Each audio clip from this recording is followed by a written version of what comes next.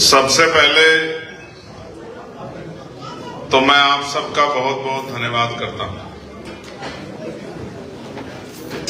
शायद चेयर्स कम पड़ गई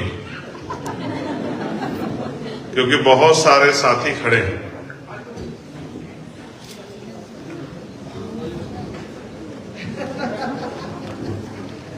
जितनी अपेक्षा हमारे कार्यक्रम के आयोजक साथियों ने की थी, शायद उनकी अपेक्षा से ज्यादा लोग आ गए,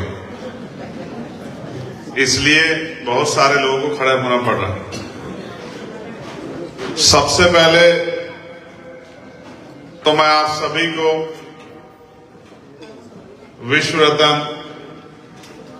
डॉक्टर बाबा साहब अम्बेडकर की 134वीं जयंती की हार्दिक बधाई और मंगल कामनाएं भेंट करता हूं।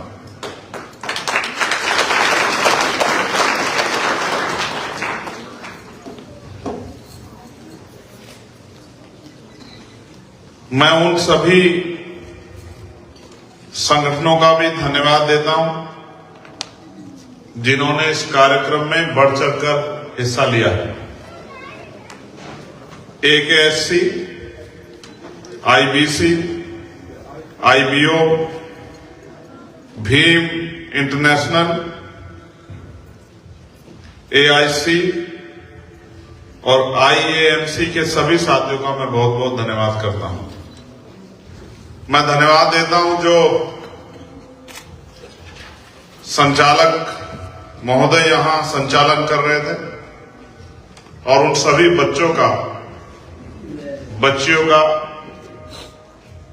नौजवान साथियों का जिन्होंने बहुत अच्छे कार्यक्रम यहां प्रस्तुत किए। मैं उनको वहां बैठ के देख रहा था तो मुझे दिल में बड़ी खुशी हो रही थी उनके कार्यक्रमों को देख के। जब हम बाबा साहब अम्बेडकर की जयंती को सेलिब्रेट कर रहे हैं तो ये दिन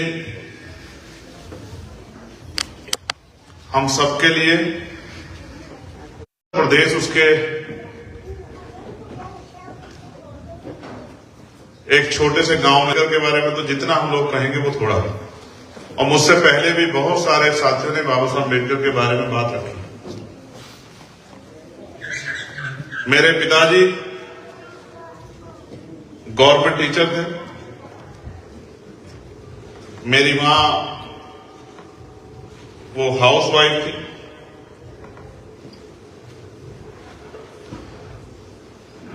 जिनकी बर्थ एनिवर्सरी हम लोग सेलिब्रेट कर रहे हैं, अगर यंग जनरेशन उनको पढ़े, जानने का प्रयास करे तो शायद आपको लगेगा कि क्या वो दुनिया और उनकी जो राइटिंग स्पीच है या उनकी जो बायोग्राफी है, अगर आप पढ़ोगे तो आपको लगेगा कि क्या ये सत्य हो सकता है कि इतना भी भेदभाव हो कि सिर्फ जाति के आधार पे एक बच्चे से उसके सपने, उसका सम्मान का अधिकार और उसका तरक्की का अधिकार जो है वो छीन लिया जाए और अपमानित करके, तिरस्कार करके गेट के कोने पे या गेट के बाहर उसको बैठकर पढ़ने के लिए मजबूर किया जाए। जब हम आधुनिक भारत में भी उसको सोचते हैं तो ये लगता है कि हम लोग उससे कितने आगे बढ़ पाए। कभी कभी लगता है कि उनकी टीचिंग बहुत कम लोगों तक सीमित हो गई, लेकिन कभी कभी सूट बूट में बैठे आप सब लोगों को देख के लगता है कि उनकी टीचिंग दुनिया तक पहुंच गई।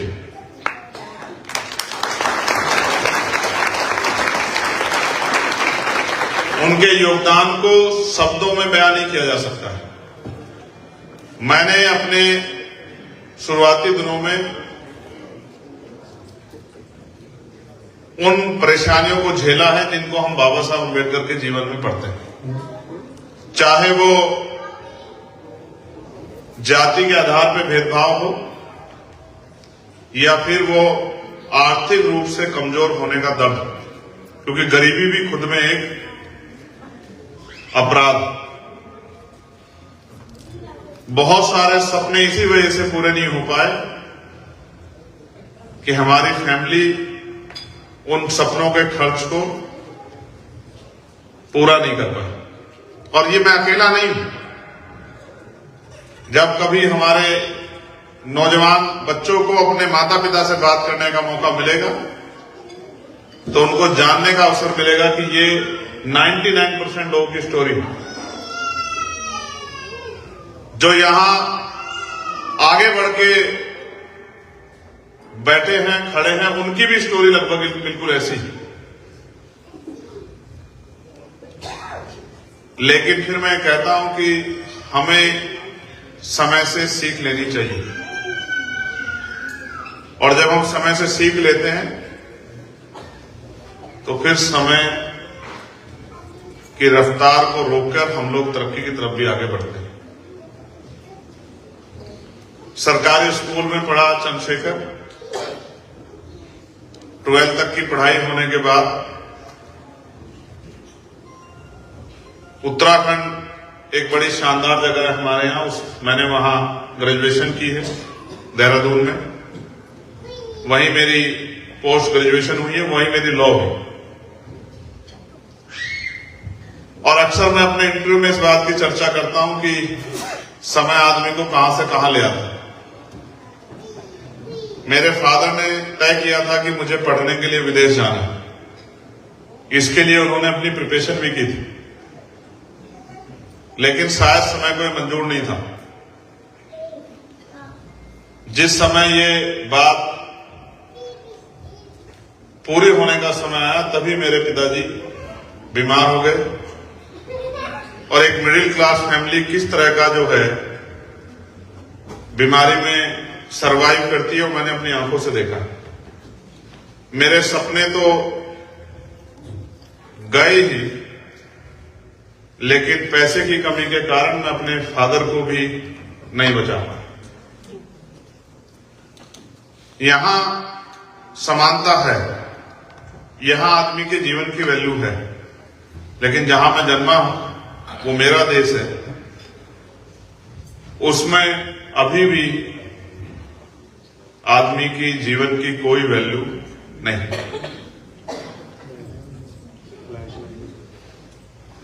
जिस दिन मेरे पिताजी मुझे छोड़ के गए, उसी दिन मैंने तय किया कि हम कोशिश करेंगे कि दोबारा किसी की जान ऐसे ना जाए। तो आज के बाद हम लोग अपने लिए नहीं जिएंगे, हम लोग उन गरीबों के, किसी कमजोरों के, उन परेशान लोगों के लिए जिएंगे जो सोच के बैठे हैं कि कभी उनकी जिंदगी में भी उजाला आएगा।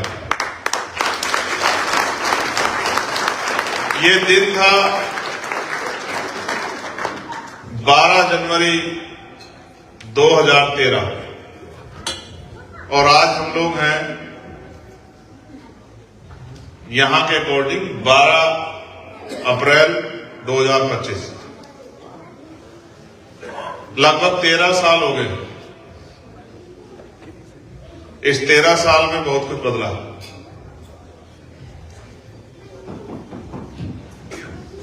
जब मैं 13वें साल के आखिरी में हूं तो मैं मेंबर ऑफ पार्लियामेंट हूं।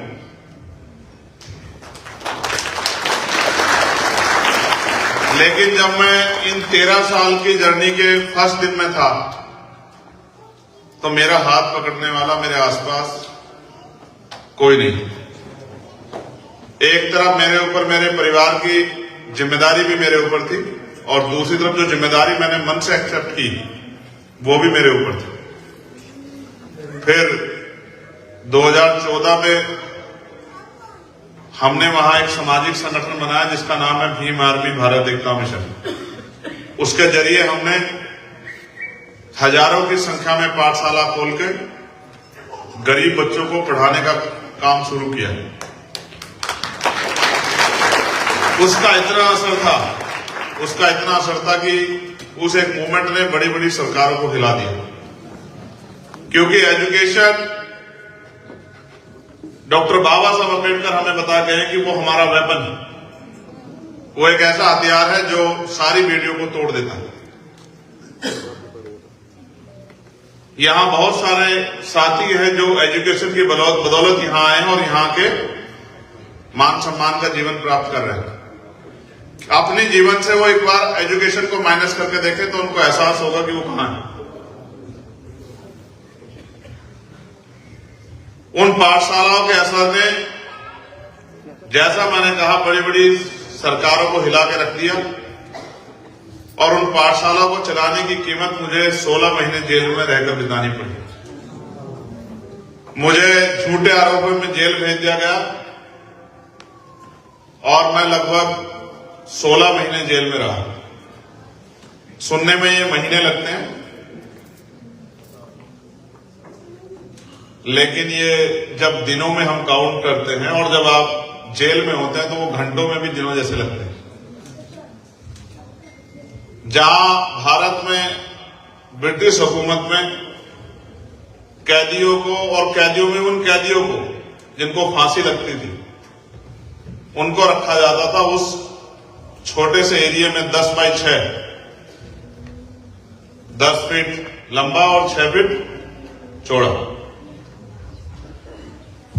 उस 10 बाई 6 की काल कोठरी में मैंने 16 महीने बिताए। पहले 29 डेज मैं इस परेशानी में था कि मैं इस लड़ाई को लड़ूं या सिर्फ अपने बारे में सोचूं या इस लड़ाई को लड़ूं। 30वें दिन मैंने तय किया, जो बाबा साहब अम्बेडकर ने कहा था कि जीवन लंबा नहीं महान होना चाहिए। 30वें दिन मैंने तय किया कि अब इस लड़ाई को लड़ा जाएगा और सामने कोई कितना भी ताकतवर क्यों ना उसका मुकाबला किया जाए। फिर लगातार संघर्ष चलता रहा।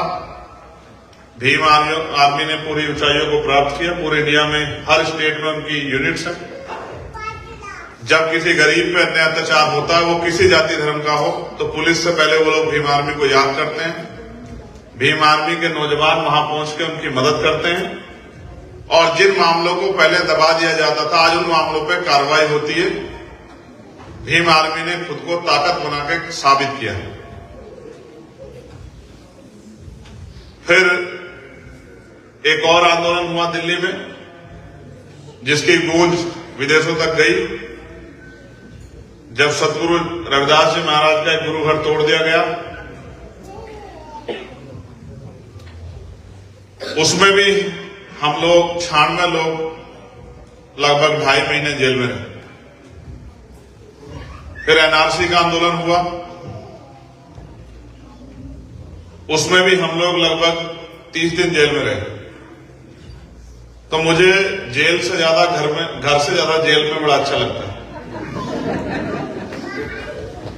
जेल का खाना खाना, जेल का जीवन जीना।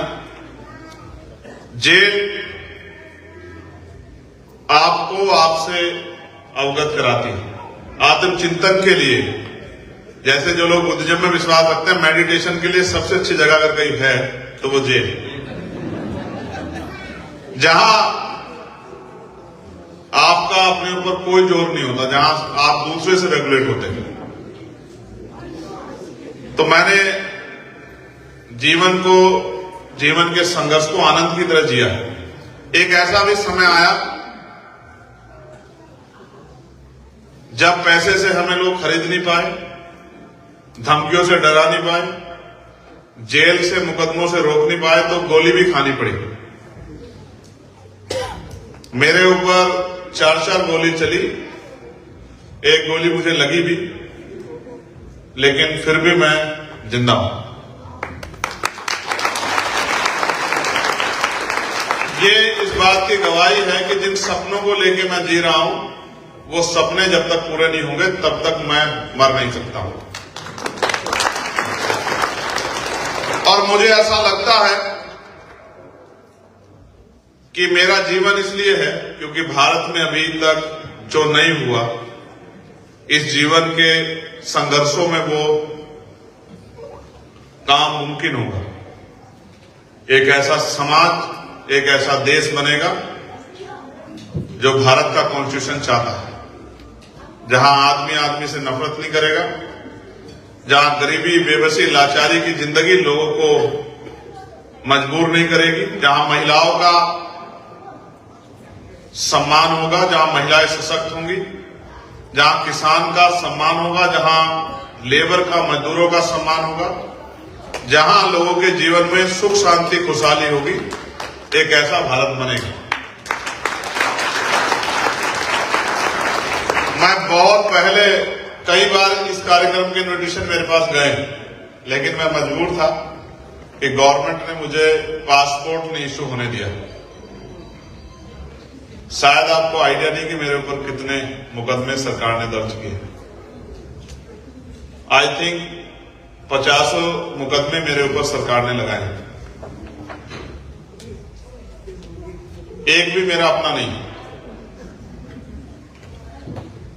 अब मैं यहां हूं क्योंकि बाबा साहब अम्बेडकर के द्वारा लिखे गए संविधान ने मुझे अवसर दिया और मुझे जनता ने चुन के मेंबर ऑफ पार्लियामेंट बनाया।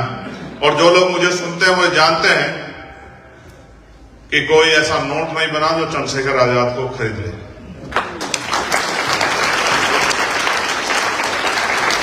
कोई कम्युनिटी ऐसी नहीं है, चाहे वो माइनॉरिटी हो या मेजोरिटी हो, जिसके ऊपर जुल्म होता है या कोई उनका कोई विषय आता है जिसको मैं नहीं उठाता हूं।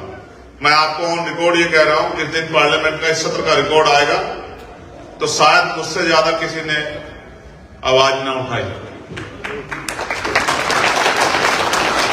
जब मैं गया था पार्लियामेंट में, लोग मुझे कहते थे कि अकेला चंद्रशेखर क्या करेगा, तो मैंने उनसे कहा था कि जब एक अम्बेडकराइट मेंबर ऑफ पार्लियामेंट बनेगा तो पूरी दुनिया को पता चलेगा कि अम्बेडकराइट की पावर क्या होती है। मैं बाबा साहब के शुरुआती दिनों, जब उनको कास्ट बेस्ड डिस्क्रिमिनेशन झेलना पड़ा, उस तरह का जीवन किसी को झेलना ना पड़े, बस मैं यही बात कहूंगा। उन्होंने कितने ही समय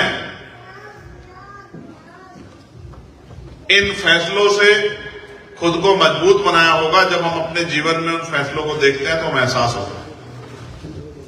उन्होंने लड़ाई से हार नहीं मानी, उन्होंने इन परेशानियों का सामना किया और संकल्प लिया कि मैं इस गुलामी की बेड़ियों को परमानेंट के लिए काट दूं। और मुझे कहने में बड़ा गर्व है कि उन्होंने अपना काम बहुत ईमानदारी से किया। अच्छा यह है कि अभी हम लोग आजाद भारत में हैं, लेकिन और अच्छा तब होगा जब भारत का हर एक व्यक्ति आजादी को अच्छी तरह जिएगा। आजादी सिर्फ सांस लेना नहीं, आजादी सिर्फ सांस लेना नहीं, आजादी सिर्फ रोटी खाना नहीं। आजादी का मतलब है कि व्यक्ति को अपने अधिकारों के साथ जीने का अवसर मिले, आगे बढ़ने का अवसर मिले, तरक्की करने का अवसर मिले और देश को आगे बढ़ाने में वो अपना योगदान कर सके। जब हम बाबा साहब को याद कर रहे हैं तो उनके विचारों के साथ आगे बढ़े बगैर हम उनको याद नहीं कर सकते। समय समय पे उन्होंने आंदोलन करके, आंदोलन के जरिए संदेश देके हमें जागरूक किया। उनके आंदोलन मेरे जैसे करोड़ों भारतीयों को, और सिर्फ भारतीयों को नहीं, दुनिया में बहिष्कृत हुए, अपमान सहने वाले करोड़ों लोगों को प्रेरणा देते हैं। आज जब हम उनकी जयंती को सेलिब्रेट कर रहे हैं और मुझे यहां आना पड़ा,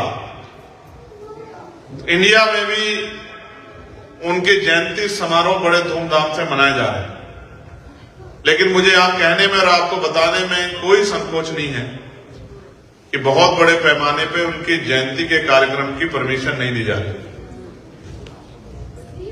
यानी कि कॉन्स्टिट्यूशन ऑफ इंडिया के आर्टिकल 25, 26 के उपयोग से भी वहां के बहुत बड़े आबादी को रोका जा रहा है। यहां मेरी बहुत सारी बहनें बैठी हैं। शायद आप में से सबको नहीं पता होगा कि दुनिया में महिलाओं की तरक्की के रास्ते बहुत सारे हैं, लेकिन भारत में अगर महिलाओं की तरक्की सुनिश्चित हुई है तो वो डॉक्टर बाबा साहब अम्बेडकर के संविधान की वजह से हुई है।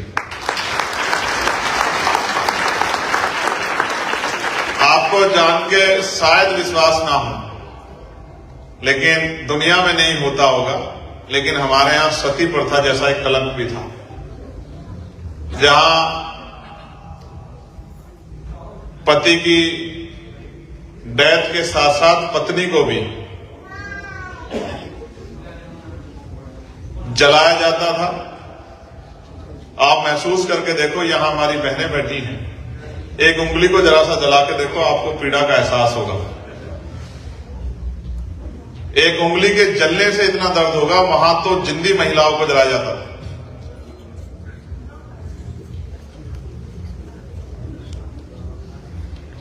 धीरे धीरे रूढ़िवादिता की बेड़ियां वहां टूटी, लेकिन वो टूटी इसलिए आसानी से नहीं टूटी।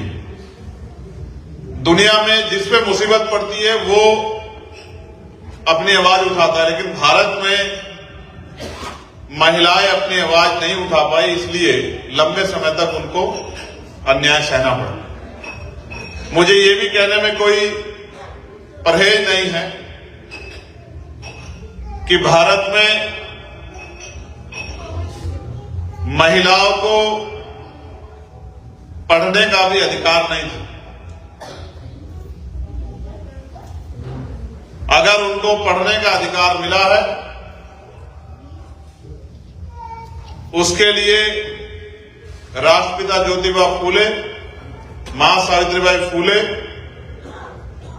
छत्रपति साहू जी महाराज और उनको पूर्ण आजादी देने का काम डॉक्टर बाबा साहब अम्बेडकर के संविधान ने किया है। आज अगर भारत में महिलाएं डॉक्टर, इंजीनियर, लॉयर, जज, पायलट, पंजाबी में कहते हैं सरपंच, है जी, सरपंच, वो एमएलए की कहने तो की कहने एमएलए कहने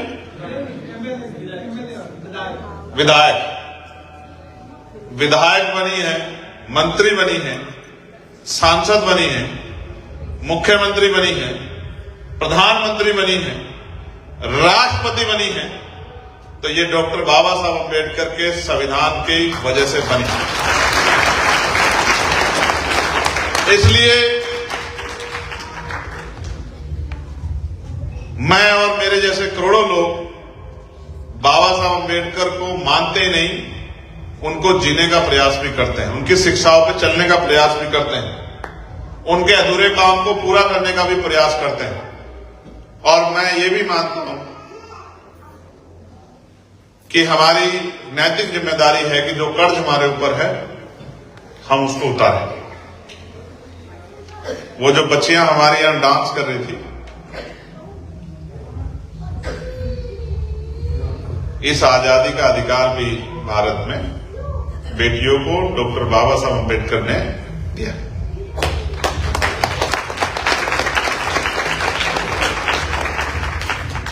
अब तो देश बदला सा है, कुछ और बदलाव की जरूरत है, उसके लिए हम लोग काम कर रहे हैं।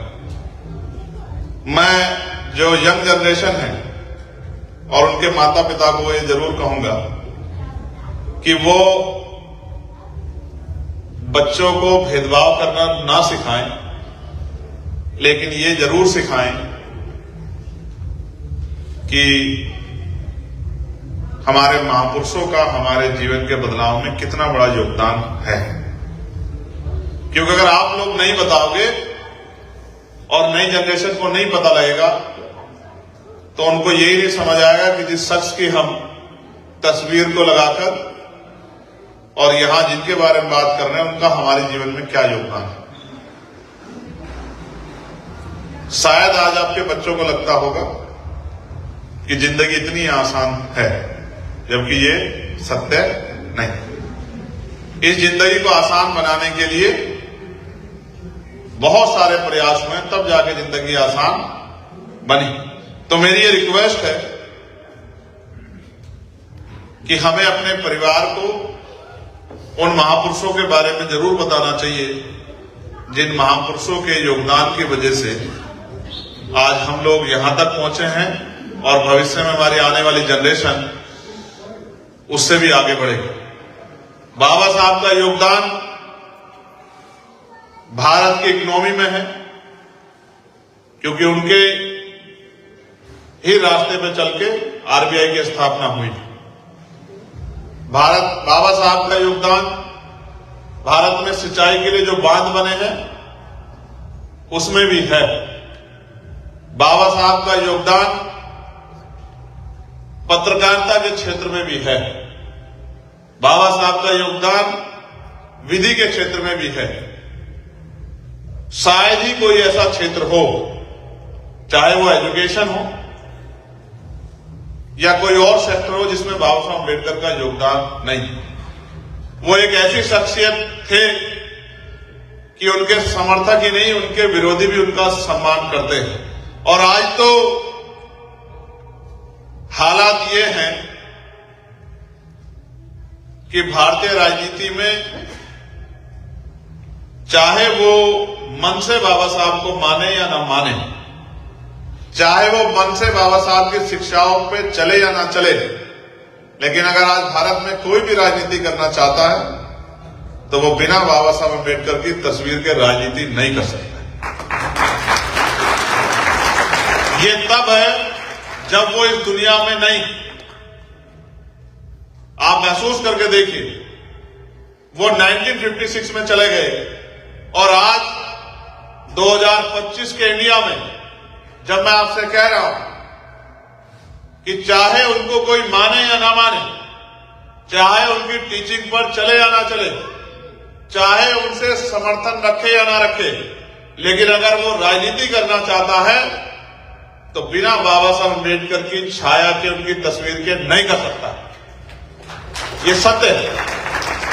जिन लोगों ने जीते जी उनका विरोध किया, आज वो भी अपने घरों पे, अपने बैनरों पे उनकी बड़ी बड़ी तस्वीर लगाते हैं। ये है बाबा साहब अम्बेडकर का इंडिया में कद। इसलिए असल जीवन वही है जिसमें आपके विरोधी भी आपकी जय जयकार करें। आपके समर्थक तो आपकी जय जयकार करते हैं, लेकिन आपके विरोधी भी जय जयकार करें। आज एक गुरु घर में मैं धन्यवाद दूंगा बैरिया के साथियों का, गुरु घर की कमेटी का, जिन्होंने वहां डॉक्टर बाबा साहब अम्बेडकर की स्टैच्यू को भी आज लाइब्रेरी में स्थापित किया है।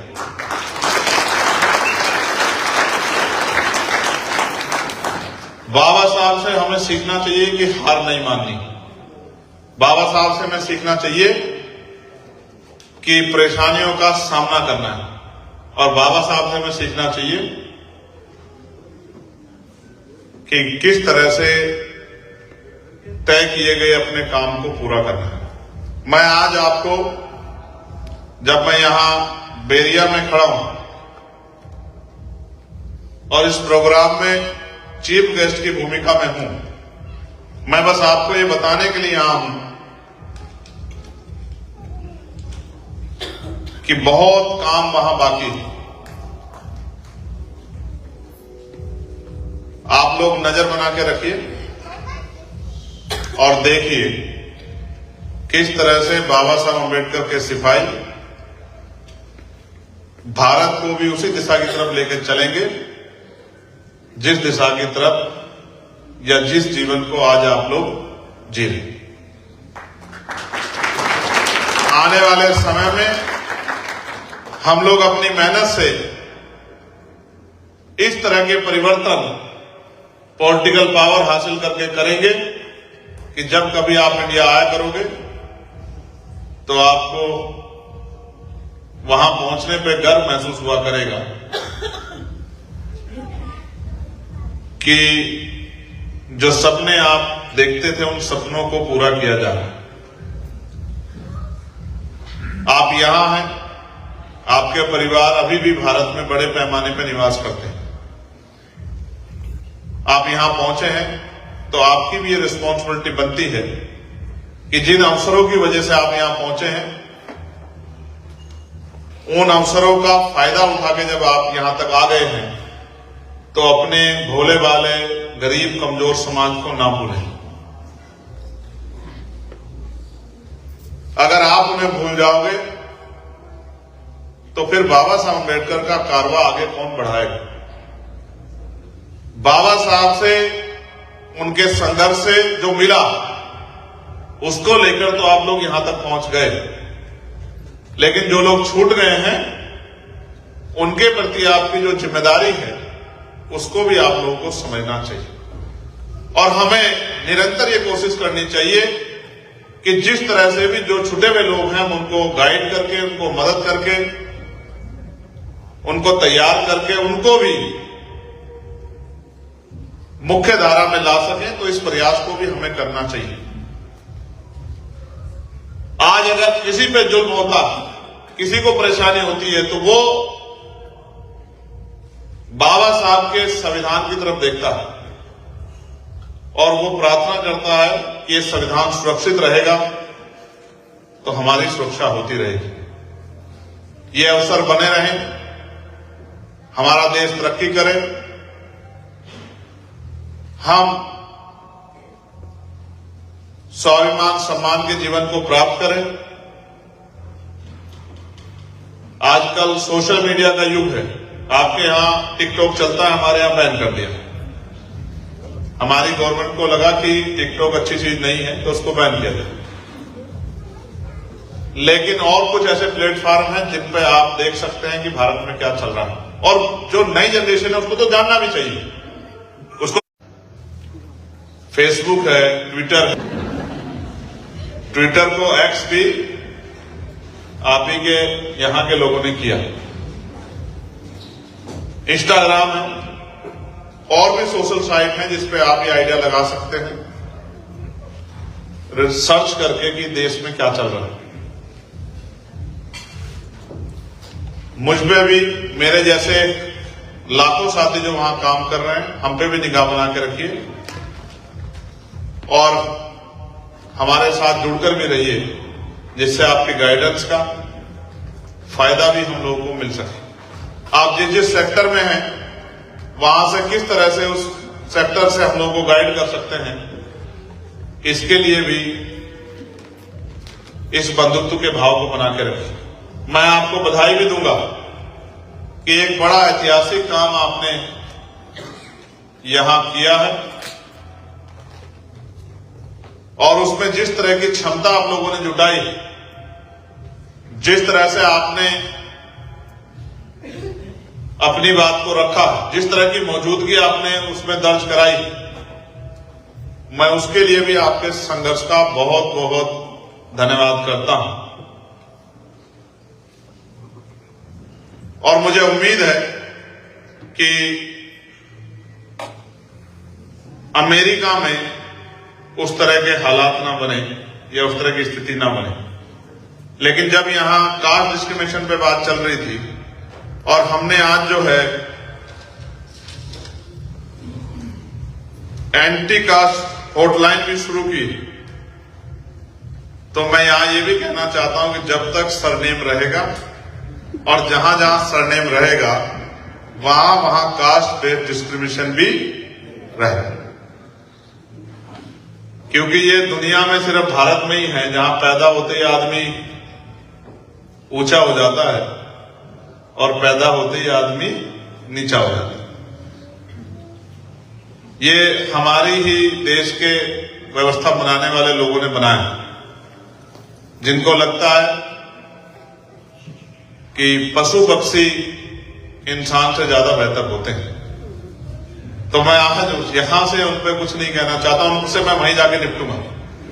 ये मेरा काम, जो भी गैर बराबरी करेगा शेड्यूल कास्ट के साथ, शेड्यूल ट्राइब के साथ, मुस्लिम के साथ, जैन के साथ, सिख के साथ, किसान के साथ, नौजवान के साथ, महिलाओं के साथ, लेबर के साथ आने वाले कुछ दिनों में ऐसी गैर बराबरी करने वाले, ऐसे अन्याय करने वाले लोगों का सामना हम और हमारी टीम बहुत मुखरता से करने वाले हैं। मैं पुनः मुझे यहां बुलाने के लिए आपका धन्यवाद करता हूं और अपनी बात को समाप्त करते हुए चंद बातें संतों गुरुओं के बारे में कहकर अपनी बात को समाप्त करूंगा। शायद हमारी नौजवान पीढ़ी नहीं जानती है कि बाबा साहब अम्बेडकर को सहयोग करने में भी संतों का बहुत बड़ा योगदान है। जब गोलमेज कॉन्फ्रेंस में इंडिया से और भी नेता आके ये कह रहे थे कि हम शेड्यूल कास्ट के रिप्रेजेंटेटिव हैं, तो उस समय स्वामी अच्युतानंद और उनके साथियों ने हजारों की संख्या में लेटर्स भेजकर डॉक्टर अंबेडकर को अपना नेता माना था, जिसकी वजह से डॉक्टर बाबा साहब अंबेडकर जो है गोलमेज कॉन्फ्रेंस में हमारे अधिकारों के लिए लड़ पाए। तो मैं संतों की भूमिका को भी बहुत महत्वपूर्ण मानता हूं और आपको मेरी संदेश के तौर पे ये कहना चाहता हूं कि आप सोशल इवेंट का हिस्सा जरूर बने। इससे आपको बहुत कम समय में बहुत कुछ जानने का मौका मिलेगा, लेकिन इसके साथ साथ बहुत सारी समस्याएं, जिस तरह से डिप्रेशन और भी प्रॉब्लम जो है उनका भी समाधान होगा। क्योंकि जब हम साथ बैठते हैं, जब हम साथ जुड़ते हैं, तो अच्छे दोस्त मिलते हैं, अच्छे सहयोगी मिलते हैं। कभी कभी ऐसा कोई आदमी टकरा जाता है जो आपके बहुत काम आता है। तो हमें जब सोशल कोई भी कार्यक्रम हो उसका हिस्सा भी बनना चाहिए। आज आपने कुर्सियों की संख्या बढ़ाकर, यानी कि जितनी कुर्सियां थी उससे ज्यादा लोगों को यहां पहुंचाकर आपने जिस तरह से मुझे सम्मान दिया, मैं उसके लिए आपका बहुत बहुत आभारी हूं और मैं इस प्यार सम्मान को जीवन भर नहीं भूलूंगा। मैं आपका आभार प्रकट करता हूं और आप सबके लिए मंगल कामनाएं करता हूं कि महापुरुषों का आशीर्वाद ऐसे ही आपके ऊपर बना रहे और समय समय पे आप भी महापुरुषों के रास्ते पर चलकर अपनी जिम्मेदारियों को पूरा करें। बहुत बहुत धन्यवाद। जय भीम, जय भारत, जय संविधान, नमस्कार, आदाब, सत श्री अकाल। धन्यवाद।